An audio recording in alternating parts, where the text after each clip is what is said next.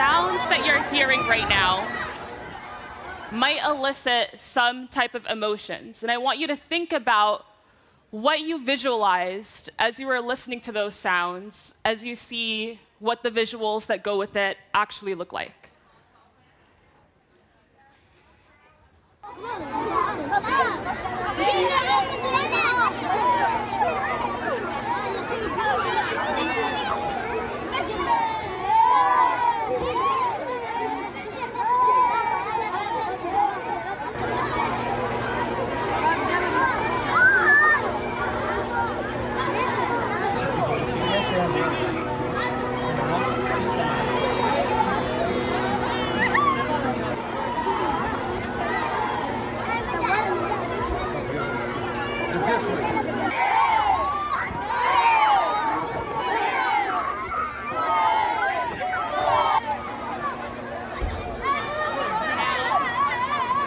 These images behind me are of displaced Palestinian children playing in a UN school that has since been destroyed. And maybe when you were first listening to the sounds without visuals, they might have elicited an unexpected image in your mind that might be quite different to how you expect Palestinian children to look and sound like. And I'm sure when you see these pictures, you are reminded of the shared humanity of people like this that we don't always get to see in the media around us. Insert preferred DE&I title here, right? How many of us work with colleagues that treat DE&I like just tick boxes of identities, right? We got the hijabi girl, we got the black girl, we got the Indian, the Asian, the disabled person, right? But there's a problem with this inherently, because what is the true purpose of DE&I that brought us all here today? That's what I want this talk to remind you of. I want every single person that leaves this talk here today to be the most authentic person in every room you enter. I want you to be the ones to elevate those rooms, to think about the bigger picture of why we are committed to DE&I.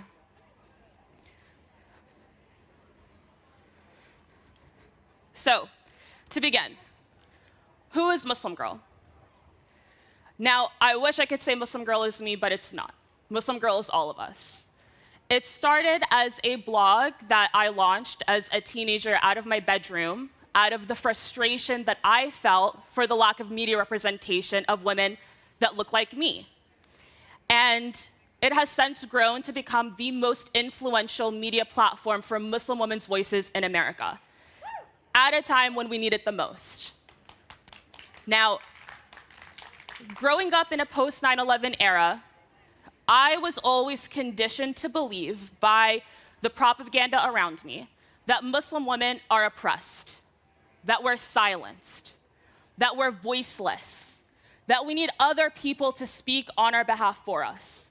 And of course, the very few representations of ourselves in the media never truly looked like me or my mom or my sisters or the Muslim women that I know. Instead, they actualized this image of Muslim women that the media wanted us to believe and conditioned us to believe that we truly are, aka shoving the identity down our throats. Something that isn't found within the faith. It's certainly not the way that I grew up.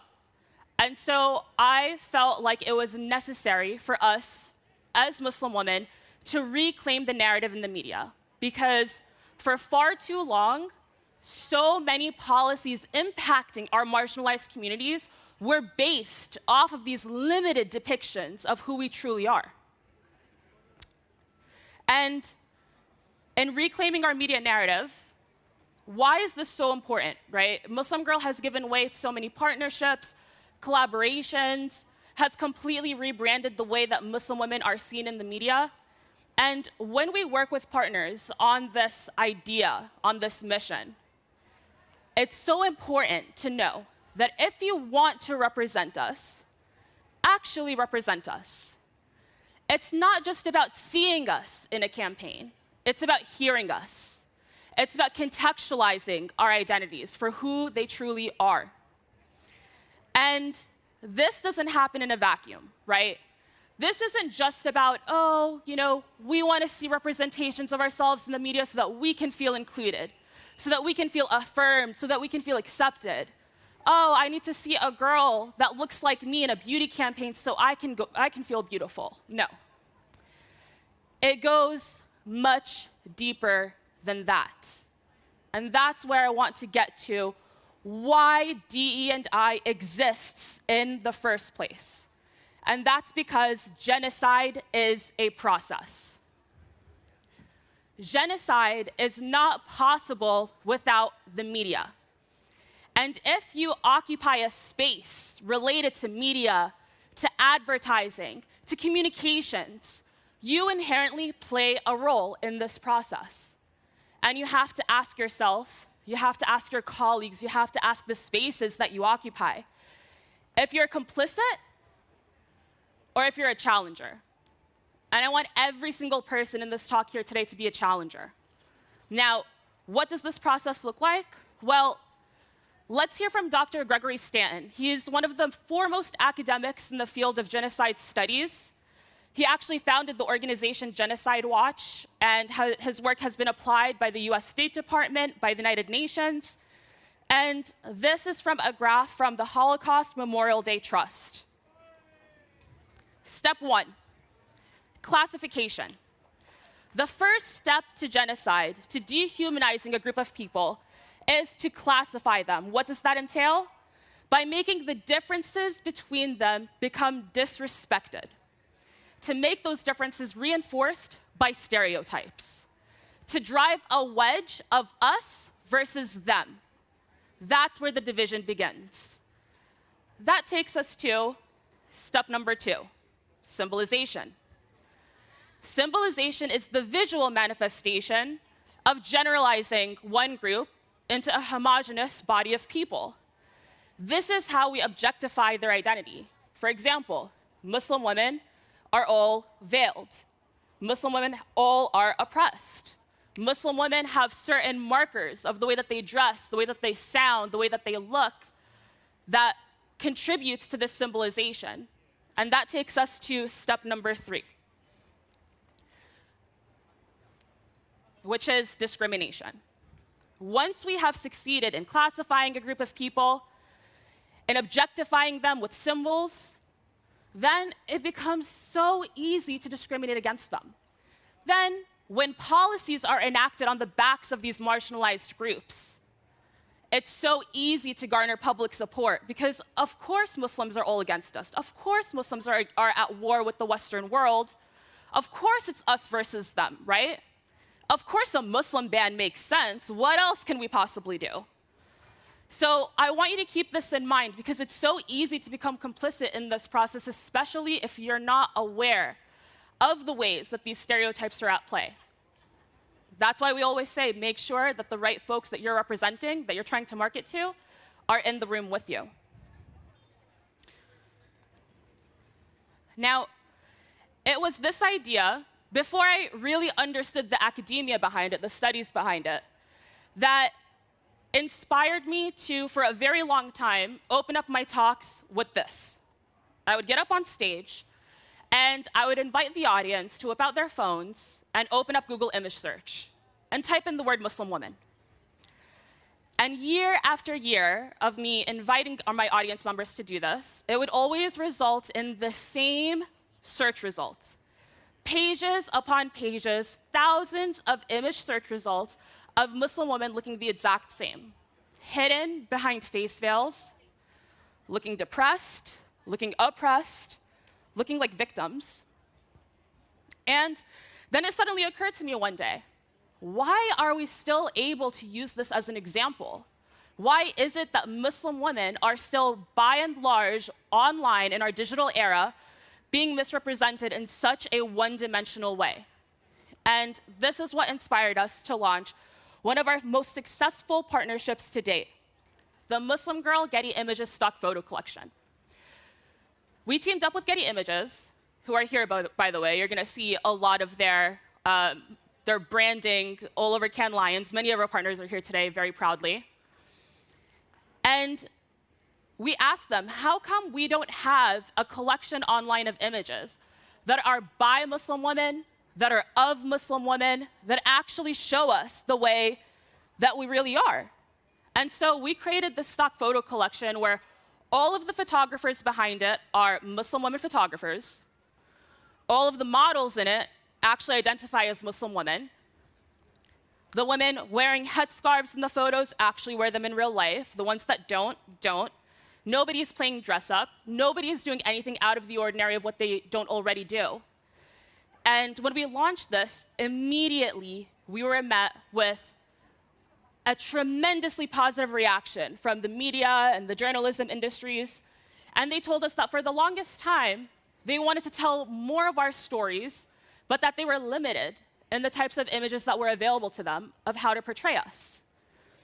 And it really drives home the point of how transformative digital images are in our social media age, in changing the way, in defining the way that we understand and connect with people that are different than us.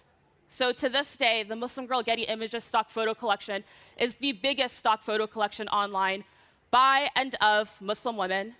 Check it out for your companies, shout out there. Now, here we were onto something, right? We didn't start creating these opportunities for reinterpreting our representation for nothing. It's because Muslim Girl represents largely Gen Z and millennial audiences. And we know better than anybody what young people want to see. And what we always had in our instinct about the next generation actually became backed by numbers. So in this study, we got the number 72%. 72%, that's a huge number. What is that? That's the number of Gen Z that are more likely to buy from brands that contribute to social causes. 72% is enormous. According to a study by McKinsey, Gen Z cares the most about social and environmental causes, and actually, they believe that social issues and environmental issues are the defining causes of our time. They care about this more than anything. And actually, Gen Z, like Gen Alpha, like young people in general, understand better than anyone that our power isn't only in our vote. You don't have to look beyond the US elections to understand that. But that our power also is in our dollar and how we choose to spend it. And Gen Z cares. They will only support brands that align with their values, and they will very gladly avoid the brands that don't. 48%. Another huge number. This is almost half. 48% represents Gen Z that's willing to defy inflation to support authentic brands. These are the kids that are willing to go broke to spend their money on brands that align with the values that they believe in. And this number actually increases with millennials in a big I told you so moment, because this is something that we've been preaching for years now. Among millennials, this number increases to 51%. 9 out of 10. Now we're talking 90%, the vast majority, if not the entirety of Gen Z, that believes companies have a responsibility to take a stance. So now not only are we going beyond supporting the ones that have the courage to side on with their morals, with their values, but that will actually take it a step further and believe that it is a moral responsibility for brands to act in this way. According to Razorfish, Gen Alpha is even outdoing Gen Z with these numbers. Gen Alpha, who are soon to be taking over a huge chunk of the consumer marketplace, they believe even more passionately about the role of brands and not only supporting the values that they believe in, but also in being authentic. They believe that brands should side with sustainability, should side with inclusion. And more than anything, young people feel betrayed when brands tout a certain value or moral in their marketing and then are revealed to practice the absolute opposite. This is an experience that Muslim Girl had in one of our very first collaborations. and served as a huge learning lesson for us when we inadvertently became a case study in the very thing that we preach against. This was in our Muslim Girl and Orly nail polish collection. Now, this was one of the first product launches that Muslim Girl ever participated in. And unfortunately, it ended up getting cut very early in its launch. So we decided to team up with Orly because they have this nail polish formula that's breathable, meaning that air and water can permeate the nail polish barrier. This is very important to us because many Muslim women believe that nail polish creates a barrier on the nail from ablutions. And as many of you know, Muslims pray 5 times a day. So we thought this was a perfect solution to introduce Orly's products to our community. And we hit the nail right on the head. The launch was a tremendous success. And actually, we sold out Orly's entire inventory of this collection on pre-order sales in just the announcement week alone. This was positioning itself to be one of the most successful product launches in Orly's history, the biggest beauty company in California. Until it was exposed that the CEO of the company had been making a lot of tasteless posts on his social media. Actually, he was making social media posts that were anti-Muslim, that were anti-Black, that were anti-Arab, that were completely adjacent to the values of inclusivity and equality that we represent. AKA, we got played. Our constituents were angry by what they perceived to be a betrayal as much as we were. And the thing that's interesting is there's no such thing as being apolitical, right? In this situation, Orly refused to make a public statement denouncing those social media posts, an easy solution to continue on with a successful collaboration. Why in the world would a company choose not to make a statement like that, to distance themselves from such horrible sentiments? A lot of companies hide behind the A word, not Amani, apolitical. And the thing is, in today's day and age, there's no such thing as being apolitical. Actually, being apolitical is taking a stance, especially when our marginalized communities are in an age where they are politicized, AKA our existence is political. Now, it was a result of experiences like this that very year we launched the Muslim Women's Day campaign. Muslim Women's Day has become the biggest media day of the year for Muslim stories. It's in collaboration with some of the top media, tech, and organizational partners in the world, many of whom are present on the Crescent this week, so definitely stop by and check them out. And what this has done is created a gateway to try and attempt in a very modest way to level the playing field of the decades of misrepresentation and imbalance of our images that we have suffered in mainstream media, with tremendous success.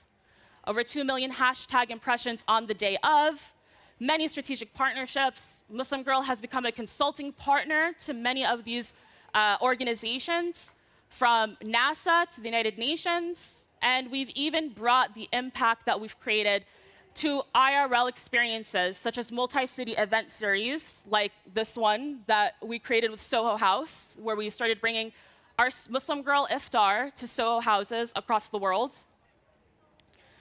and really creating the safe spaces that we need for our community to push back against the stereotypes that have resulted in our discrimination and a lot of the mainstream places that we have been denied from. The question that brands and marketers have to ask themselves is, are you in it for a loss or for the legacy?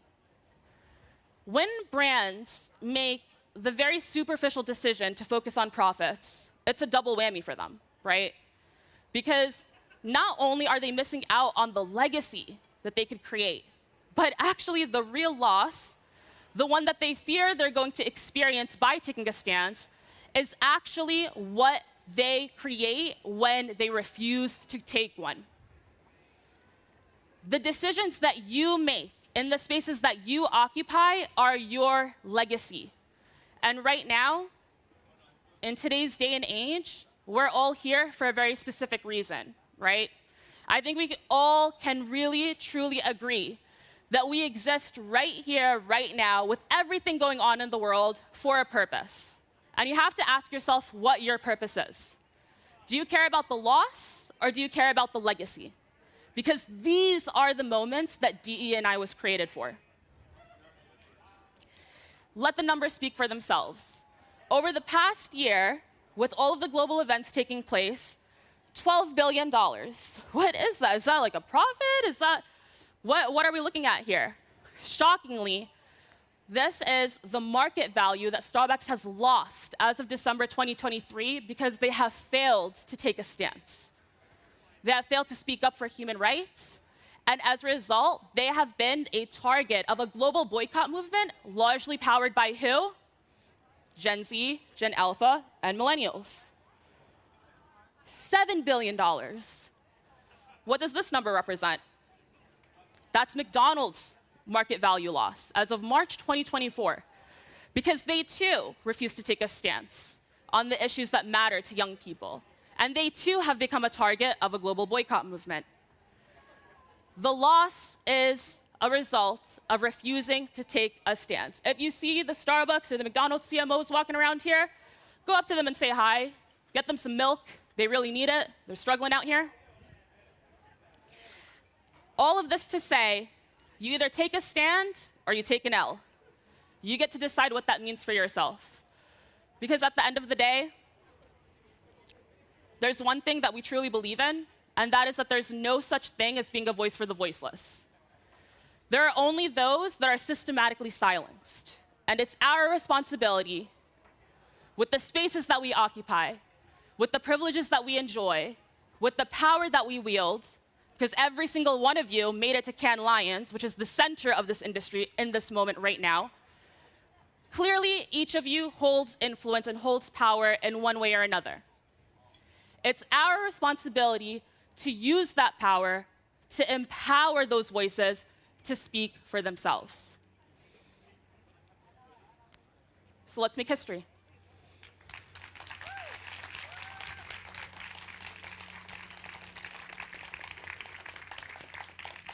Thank you very much, Amani. Thank you so much, Amani, Muslim girl. Yeah. Thank you. That was really good. Thank you so much.